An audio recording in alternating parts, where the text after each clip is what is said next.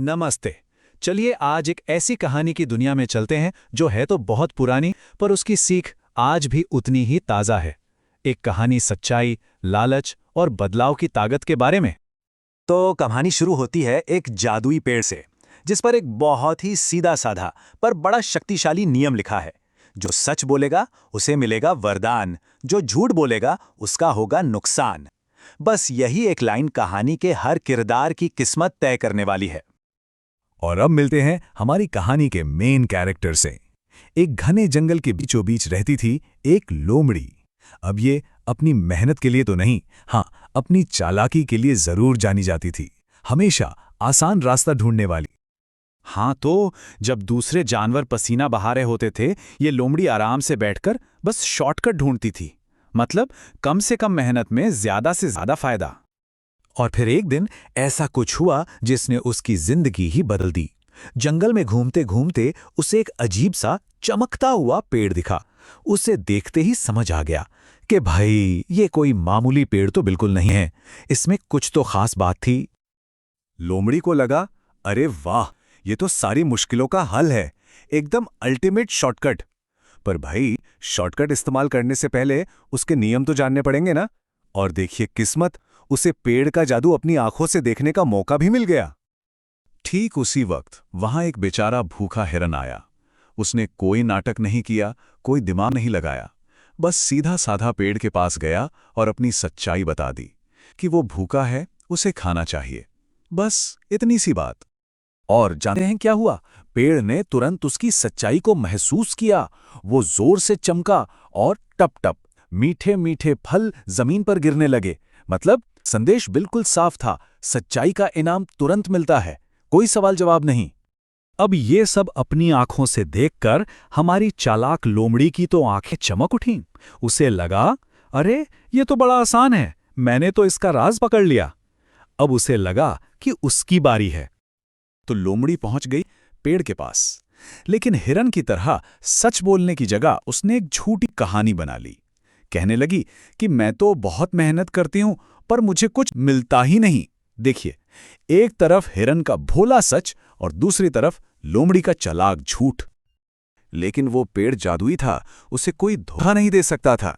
जैसे ही लोमड़ी ने झूठ बोला ना, पेड़ की सारी रोशनी गायब हो गई, चारों तरफ अंधेरा छा गया और पेड़ ने उसका झूठ पकड़ लिया, सबके सामने बोल दिया, तुम मेहनत नहीं सिर्फ चालाकी करती हो। और सजा? सजा तो मिलनी ही थी, और वो भी तुरंत।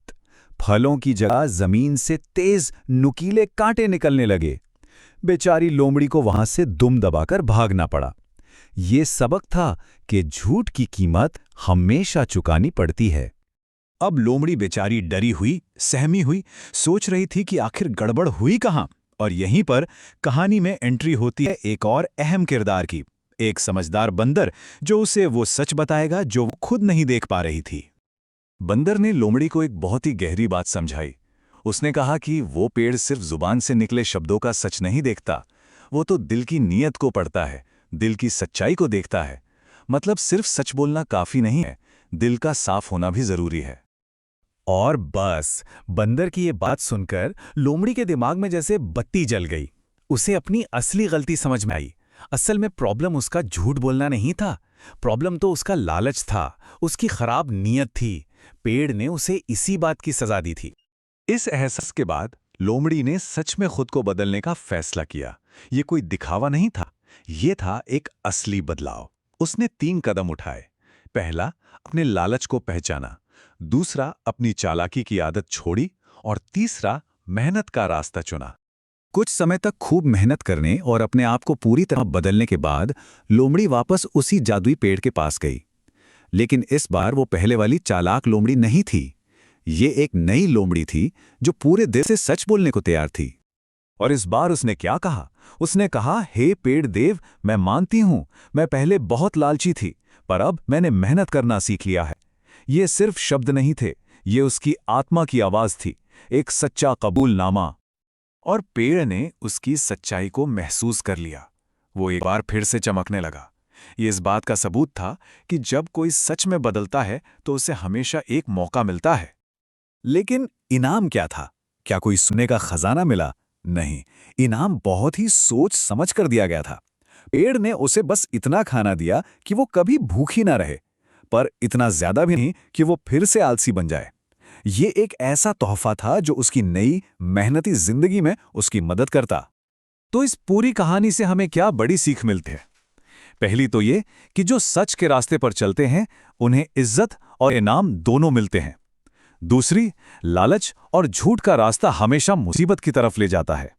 और सबसे जरूरी बात, जो लोग अपनी गलतियों को मानकर सुधर जाते हैं ना, पूरी कायनात उनकी मदद करती है। और आखिर में ये कहानी हमें एक बड़े सवाल पर सोचने के लिए छोड़ जाती है कि आखिर सच्चा वरदान है क्या? क्या सिर्फ वो चीजें पा लेना जो हम चाहते हैं, या फिर वो इंसान बन जाना जो उन चीजों के काबिल हो? शायद असली इनाम चीजों में नहीं, बल्कि हमारे अंदर आए बदलाव में है। इसी सोच के साथ आज का ये सफर यही खत्म करते हैं।